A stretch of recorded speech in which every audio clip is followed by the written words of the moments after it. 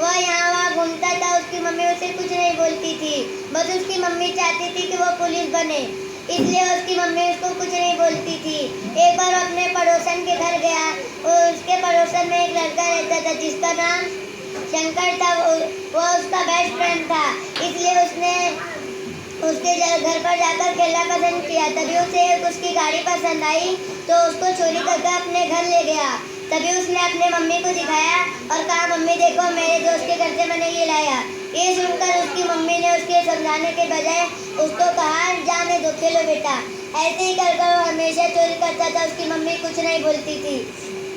उसकी मम्मी का बस सपना था उसका बेटा पुलिस बने। जब वो बड़ा हुआ तो बहुत बड़ी बड़ी चोरियां करने लगा, इसलिए पुलिस उसको पकड़ ली और जेल में लेकर चले गए। उसको फांसी की सजा होने वाली थी।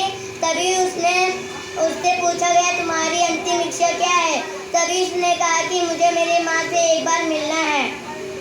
तभी उसकी माँ को बुलवाया गया। उसकी माँ ने कहा, क्या हुआ बेटा? तभी उसने कहा, माँ मुझे कान दो। उसकी माँ ने कान दिया। तभी उसने अपनी माँ का कान अपने दांत से जोर से पकड़ लिया और उसके माँ के कान से खून बहने लगा। तभी उस माँ ने कहा कि तुमने मेरे साथ ऐसा क्यों किया? तो उस बेटे ने कहा, माँ तुम्हारा सपना था ना मैं पुलिस बनूं, पर मैं छोटी जब चोरी किया तुमने मुझे समझाने के बजाय तुमने मुझे कुछ नहीं कहा, इसलिए मैं आगे जाकर बड़ा पुलिस बना। मैं तुम्हें इसी कान में ये सब बताता था पर तुम मुझे समझाती नहीं थी। इसी कान के वजह से मुझे फांसी की सजा होने वाली है। तभी ये सुनकर उसकी माँ की आंखों में आंसू आ गए। तभी उसको फांसी की सजा हो गई और उसका बेटा खत्म हो गया।